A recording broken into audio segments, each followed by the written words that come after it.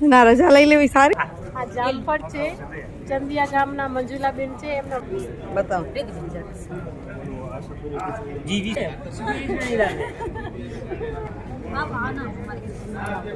તો અહીં જો મેં 1 ચમચી ઘી લીધું, મેથીના દાણા ને 1 એલચી નાખશું.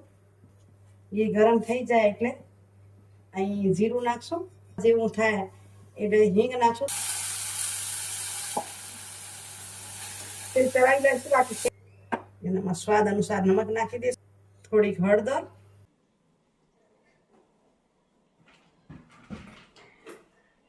નમસ્કાર મિત્રો, કેમ છો? મજામાં? સ્વાગત છે તમારું મારી YouTube channel natural life with Bina પર. મિત્રો સવારના વાગ્યા છે 8. નાસ્તાની ફટાફટ કરું છું તૈયારી. આજે એક કાર્યક્રમમાં જવું છે એટલે મને ટિફિન જોઈનાર નથી અને રોજ આ 8:30 નીકળવું છે. થોડીક ઉતાવળે છે. સાહેબ ગયા છે મંદિરે, આવે ત્યાં સુધી નાસ્તાની તૈયારી કરું. દૂધ મૂકી દીધું. ના નાસ્તા પડ્યા છે ને ખવાતા નથી. રોજ ટિફિનોનું હોય એટલે રોટલા બની જાય. કચ્છી પકવાન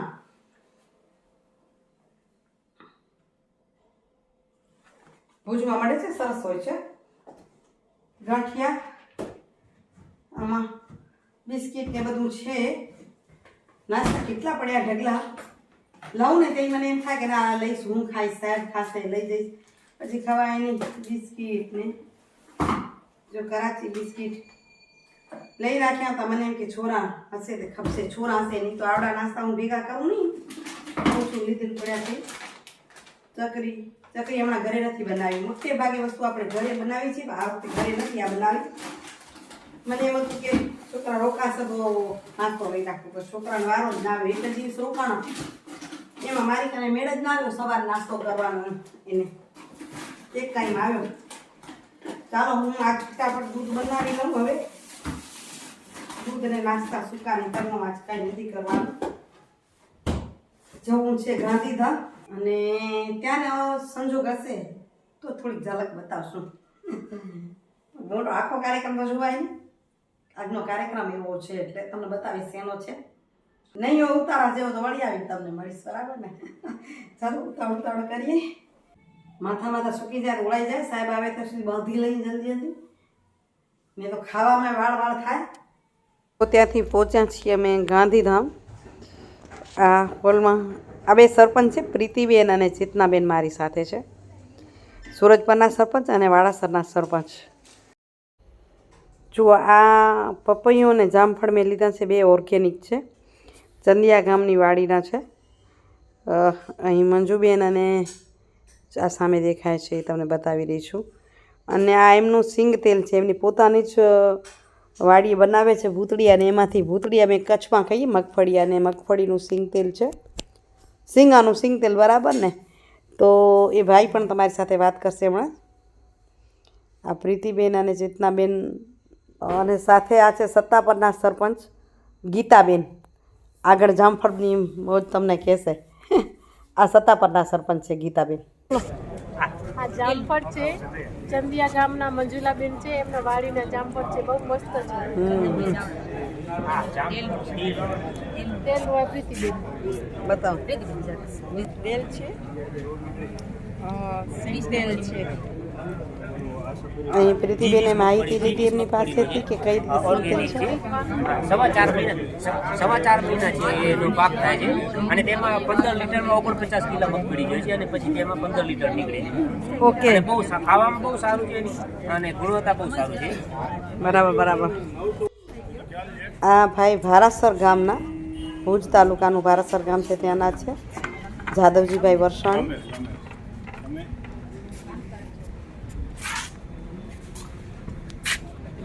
એ બધા રોપા બનાવેલા છે એમ ને?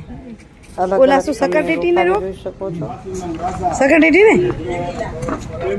અને આ મિર્ચી ફ્લાવર, મિર્ચી ફ્લાવર. આ શું છે? કણીકા. હા, 10 રૂપિયાના 5 રોપા આપતા હતા. અત્યારે જે આપણી વાડી તૈયાર નથી ને, અહીં ચેતનાબેન અને પ્રીતિબેનને જોઈ રહ્યા હતા અને હું પણ લાલચ લઈશની કુદરતી પરિબળ હવામાનનું જે છે ને એ પેલું સમજવાનું છે. જમીન જાદવજીભાઈ સમજાવી રહ્યા છે શું થાય શું ન થાય એમને ખૂબ જ ખેતી પર કામ રજા લઈ લેવી સારી ને અહીં આપણે ઉપર આવ્યા કાર્યક્રમમાં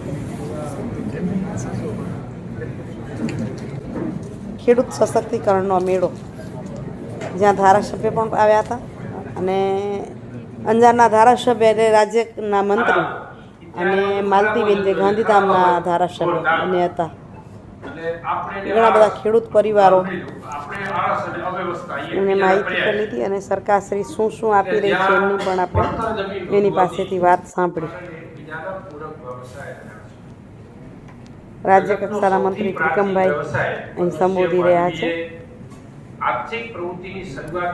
પ્રયત્ન એ છે કે આપણા કચ્છના ખેડૂતો જે આટલું બધું સારું કરી રહ્યા છે અને અલગ અલગ દિશામાં પ્રગતિ કરી રહ્યા છે ખેતીની બાબતમાં, તો એક પ્રયત્ન એ બી છે કે એમને આવી રીતે વિજ્ઞાન આધારિત પદ્ધતિથી એક પ્લેટફોર્મ પર એક શ્યોરિટી સાથે આગળ વધી શકે કે ના અમે લોકો જે કરી રહ્યા છીએ એના અમે લોકો સક્સેસ થઈશું અને એ કોન્ફિડન્સ. મિત્રો 4 વાગ્યા ને ઘરે પહોંચ્યા, થાકી ગયા છે. ત્યાં કામ કાંઈ નહોતું કરાયું, એસી વાળા હોલમાં બેઠા હતા તો એમ થાય છે થાકી ગયા. વળ્યા ત્યાં તડકો ગજબ હતો, ગાડી એસી વાળી હતી પણ મારી બાજુ તડકો જ આવતો હતો. બારીમાંથી મસ્ત તપીને ખલાસ થઈ રહી એમ લાગે મને. ત્યાં શું કરું, જો મસ્ત સાલ મળ્યો છે, સન્માનમાં ફૂલ મળ્યું છે, સાલ મળ્યો છે. લાગણી હોય ને, સન્માન હોય એમાં લાગણી હોય, તો અહીંયા લાગણી મળી છે.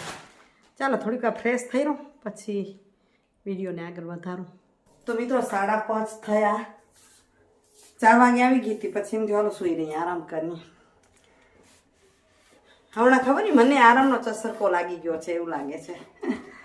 હવે છે ને મિત્રો કીડિયાળું ડબ્બામાં ફૂટી ગયું છે, તૈયાર તો છે તો અને તૈયાર કરી લઉં. આમ તૈયાર જ છે મારા પ્રમાણમાં, તો મેં આમાં ઘી બી નાખી દીધું હતું. પણ હવે એવું છે કે આ બરણીયું ઘી રહે, બાકી ઘણીવાર મંદિરેથી બી બરણીયું આપે કે સામાં ઘી એ રીનાબેન કાઢી લેજો, કારણ કે આને ગરમ તો કરી શકાય નહીં ને ગરમ પાણીથી કરવું ને ત્યાં વ્યવસ્થા હોય નથી. તો આમાં હવે કીડિયાળામાં ઘીને લૂછી લઉં અને બરણીએ સાફ થઈ જાય ને કીડીઓને ખાવાનું થઈ જાય. જો બરણી ચોખ્ખી પણ થઈ ગઈ અને કીડિયાળું પણ મસ્ત થઈ ગયું, ઘીવાળું, કીડીઓને ભાવે એવું છે ને.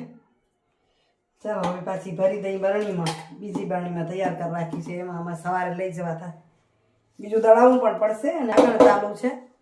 પણ ચૈત્ર મહિનામાં તો ખાસું કીડિયાળું પૂરવાનું હોય અને દર વખતે હું બનાવું છું અને બધાને કહું પણ છું કે ચૈત્ર મહિને કીડિયાળું પૂરવું જોઈએ. હિન્દુ સંસ્કૃતિમાં એનો ખૂબ મોટો મહિમા પણ છે અને મહિમા એટલે છે કે ચૈત્ર વૈશાખમાં કીડિયું બધા અનાજને ભેગું કરી અને પોતાના દરમાં સાચવે. ચોમાસાની ઋતુમાં જ્યારે બારે વરસાદ પડતો હોય ત્યારે અંદર ને અંદર ખાય. તો ઘણા આખા નાળિયેરમાં પણ ભરવતા હોય છે, પણ હું એ નાળિયેરવાળું નથી કરતી, પણ આમાં જ કોપરું નાખી અને જ્યાં કીડીના દર છે ત્યાં દર વર્ષે આ તો નિત્યક્રમ જે આપું છું પણ દર વર્ષે ત્યાં બધું આપતી હોઉં છું. ચાલો આ ભરી લઉં અને ચકલી માટેના દાણા પણ ખૂટ્યા છે તો એના પણ વોટર તૈયાર કરી લઉં. હમણાં સુવિચાર લઈ લઉં. તો મિત્રો આજના સુવિચારની વાત કરું તો કીડિયાળું બનાવતી હતી એટલે વાસણ જોઈતા હતા ને તો વાસણ પરથી વાત, તો રસોડામાં ગયા એટલે વાસણની વાત તમને કરું કે વાસણ છે ને એ બધા જ જરૂરી છે જીવનમાં. પણ જેવું જેનું કામ વાસણનું. હવે ચમચાનું શું કામ છે, તમે જે વાસણમાં રાખો એ પાત્રને ખાલી કરી નાખે. અને ચમચો ન હોય તો એ પાત્ર ખાલી થાય ન થાય. તો ઘણી વાર લોકો એમ કે ચમચાથી ચેતતા રહેજો, એવા ચમચાને ઓળખજો. માનવ જીવનમાં બીજા ચમચા મળે એનાથી ચેતતા રહેવું જોઈએ, પણ ચમચા વગર ચાલે નહીં. ચાલે ચમચો ન હોય, હાથથી લેવું પડશે તો એ મુસીબત થશે ને. ખીચડી હાથથી લઈ શકાશે? નહીં લઈ શકાય. દાળ લઈ શકાશે ચમચા વગર? કદાચ બીજું આમ ઉપાડી લેશો તો એ ચમચો પણ એટલો જ જરૂરી છે ને. પણ ચમચાથી જ ચેતતા રહેવું જોઈએ. અને એક વાત કહું તો એવી પણ છે સાથે કે માણસ કોઈ ખરાબ નથી હોતા, હોય છે માણસ ક્યારેય કોઈ ખરાબ નથી હોતા, પણ એનો સમય એવો હોય છે અને એ આપણું કહ્યું ન માને એટલે આપણને ખરાબ લાગે. મેં કીધું ને એને કહ્યું કેમ નહીં, ત્યાં એ ખરાબ લાગ્યો છે. બાકી માણસ કોઈ ખરાબ ન હોય, એ એના રસ્તે સાચો હોય, એના રસ્તે સારો પણ હોય, એનું જીવન જીવવા માટે સારો જ પ્રયાસ કરતું હોય ને, એટલે એ વ્યક્તિ એનો પ્રયાસ કરે છે, આપણે આપણો પ્રયાસ કરવાનો છે. સકારાત્મક વિચારીને આપણી લીટીને લાંબી કરવાની, ટૂંકી કરવાની કોશિશ કરવી નહીં. ચમચાથી ચેતતા રહેવું, પણ ચમચો નહીં જોઈએ એમ ક્યારે વિચારવું ન જોઈએ. ચાલો મિત્રો, આજે બનાવું છું ખીચડી. બપોરે બહુ સરસ ખાધું છે. એ વિડીયો પણ ન બનાવ્યો. મને એમ હતું કે વિડીયો બનાવીશ, પબ્લિક ઘણી હતી ને વચ્ચે વચ્ચેથી જવું પડતું હતું, તો ક્યારેક એવા પ્રસંગ હોય જ્યાં સંકોચ થાય એટલે ન ઉતર્યો. પણ ખાવાનું એવું જોરદાર હતું, મેં થોડું થોડું ખાધું તો પેટ થઈ ગયું છે ભારે. એટલે હવે બનાવીશ ખીચડી. પણ ખીચડી કેવી બનાવીશ? રોજ મરચખવાની બનાવું છું એવી નહીં, દાળથી બનાવીશ. તમે મિક્સ દાળથી પણ બનાવી શકો, પણ ઘણી વાર આપણે વેજીટેબલ ને વઘારેલી ખીચડી બનાવી ને એવી નહીં. ચાલો તમને બતાવું કેવી બનાવું છું. જે ઘણી વખત હું બનાવું, જ્યારે ભારે ખાવાનું હોય ને ત્યારે થોડુંક આમ ટેસ્ટી પણ લાગે અને શું થાય, પેટને હળવું શું બને. જો અડકારાયા રાખે છે. પેટને હળવું કઈ રીતે કરી શકાશે? અત્યારે તો પેટ એટલું ફૂલ છે કે મને એમ લાગે છે કઈ નથી ખાવું, પણ વળી નવેક વાગશે ને ત્યારે પેટ વળી કહેશે થોડુંક કંઈક આપ્યું તો ચાલત. અને સાહેબ આવશે, સાહેબને જોઈશે ને, તો ચાલો હું બનાવું છું મસ્ત મજાની ખીચડી, જે હેલ્ધી પણ છે અને એટલી જ ટેસ્ટી છે. તમે બનાવતા હો તો મને કહેજો, કમેન્ટ કરીને જરૂરથી મને કહેજો કે તમે કઈ રીતે બનાવો છો. કારણ કે હું તમારાથી જ શીખું છું. કોઈ કમેન્ટથી શીખું છું તો કોઈને રૂબરૂ મળીને શીખું છું. કોઈની કમેન્ટ આવી હોય ને જો એને ઓળખતી હોઉં તો હું તરત એમને મળું અને પૂછું તમે કેમ બનાવ્યું, તો હું એ બનાવું. બાકી હું નથી કોઈ રસોઈ કળા શીખેલી કે કાંઈ નહીં, ગ્રહગથું જ શીખેલી છું. મારી માએ શીખવાડ્યું, સાસુએ શીખવાડ્યું, જેઠાણી શીખવાડ્યું, બેને શીખવાડ્યું, ભાભીએ શીખવાડ્યું, એમાં હાલ રાખે છે. અને પછી જ્યારે યુટ્યુબ કરવા માંડી તો ફોલોઅર્સે શીખવાડ્યું છે. ચાલો ખીચડી બનાવી લઈએ. તો દાળની ખીચડી તૈયાર કરું તો અહીં જો મેં 1 ચમચી ઘી લીધું. તમે ઘી ના ખાતા હો તો સિંગ તેલ કે જે ઘી ખીચડીમાં જે ખાતા હોય એ લેવાનું. તો અહીં ઘી ગળે ત્યાં સુધી આપણે તૈયાર કરી. ત્યાં જ બતાવી દઉં તમને કે જો અહીં દાળ અને ચોખા મેં ધોઈ રાખ્યા છે. વેજીટેબલ ખીચડી બહુ સરસ થાય, પણ આજ વેજીટેબલ મને નથી બનાવી કારણ કે પેટને હળવું કરવું છે મને. અને એમાં આપણે આટલા મેથીના દાણા ને 1 એલચી નાખશું, તાકી આપણો પેટ જે ભારે લાગે છે ને હલકું થઈ જશે. અને મેથીના દાણા પણ પેટને સારા અસર કરે એટલા માટે થોડીક મેથી નાખી તો કડછી નહીં લાગે. તો અહીં જો આપણું ઘી ગરમ થઈ ગયું, ઘી ગરમ થઈ જાય એટલે અહીં જીરું નાખશું. તો આપણું જીરું સેજ કલર બદલવા જેવું થાય એટલે હિંગ નાખશું. તમે હિંગ ન ખાતા તો સ્કીપ કરી શકો. આપણે આ એલચી અને મેથીના દાણા નાખી દઈશું. મેથીના દાણાને ઘણા ગરમ થવા દેવાના નથી, ખાલી ઘીમાં પલળી જાય એટલે કલર બદલાવે ને તો એ કડછી લાગશે. એટલે આપણે મેથીને ગરમ થવા નથી દેવાની. અને એની અંદર આપણે દાળને નાખી દઈએ. ચલાવી લઈએ ભલે, બાકી શેકવાની પણ જરૂર નથી. હવે એની અંદર આપણે પાણી નાખશું. તો આ રીતે આપણે પાણી નાખી દઈએ. આપણે રોજ ખીચડીમાં પાણી નાખતા હોઈએ એટલે આપણે પ્રમાણની આપણે બરાબર ખ્યાલ હોય. અને એને બરાબર મિક્સ કરી લઈએ કે તાકી કોઈ આમ ગરમ કુકરમાં બેસી ગયો તો ઉકળી જાય દાણો. એનામાં સ્વાદ અનુસાર નમક નાખી દેશું, થોડીક હળદર, અને આને હવે 1 સીટી દઈ અને બીજી વાર હવા ભરાશે એટલે આપણી ખીચડી તૈયાર થઈ જશે. કુકર ઢાંકી દઈએ. 1 સીટી દેવાય અને બીજી વાર હવા ભરાય એટલે બંધ કરી નાખશું. એટલે એમને ખીચડી આપણી ચડી જશે.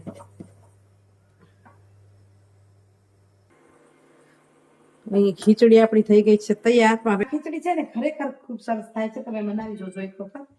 ઘણી વાર એમ થાય કે મેથી નહીં ભાવે પણ એ ભાવી જાય, બહુ જ સરસ લાગે. આમ વેજીટેબલ ખીચડી ઘણી વાર બનાવતી હોઉં છું, પણ મને જ્યારે આવું ભારે ખાવાનું થાય ને ઉતાવળ હોય ને તો હું આ ટાઈપની બનાવું અને સરસ જ થાય, બહુ જ મજા આવી જાય. રોજ તમે રૂટિન મગ ચોખાની ખીચડી ખાઈને કંટાળી ગયા હો ને તો આવી બનાવવાની તો છોકરાએ ખાશે. દ્રષ્ટિ ઘણી વાર કહેતી ઓલી ખીચડી મને ન ભાવે, હળદરવાળી ખીચડી ભાવે તો હળદરવાળી, ઘી પાકી જાય, જીરું પાકી જાય. અને એક એલચી આપણે એટલે નાખીએ છીએ કે પેટને હળવું થાય. એલચી છે ને એ ગેસ પણ ઓછો કરી નાખે અને પેટની ગરમી હોય ને એને પણ ઓછી કરી નાખે. અને મેથી પણ એવો જ ભાગ ભજવે છે, એટલે આપણે આ બધું નાખી રહ્યા છીએ. ચાલો મિત્રો, વિડીયોનું એન્ડિંગ કરું છું. કાલે મળીશ સરસ મજાના વિડીયો સાથે. ત્યાં સુધી આપ સૌને જય શ્રી કૃષ્ણ, જય જય ગરવી ગુજરાત, જય ભારત અને જય હિન્દ. Bye bye. આવજો મિત્રો.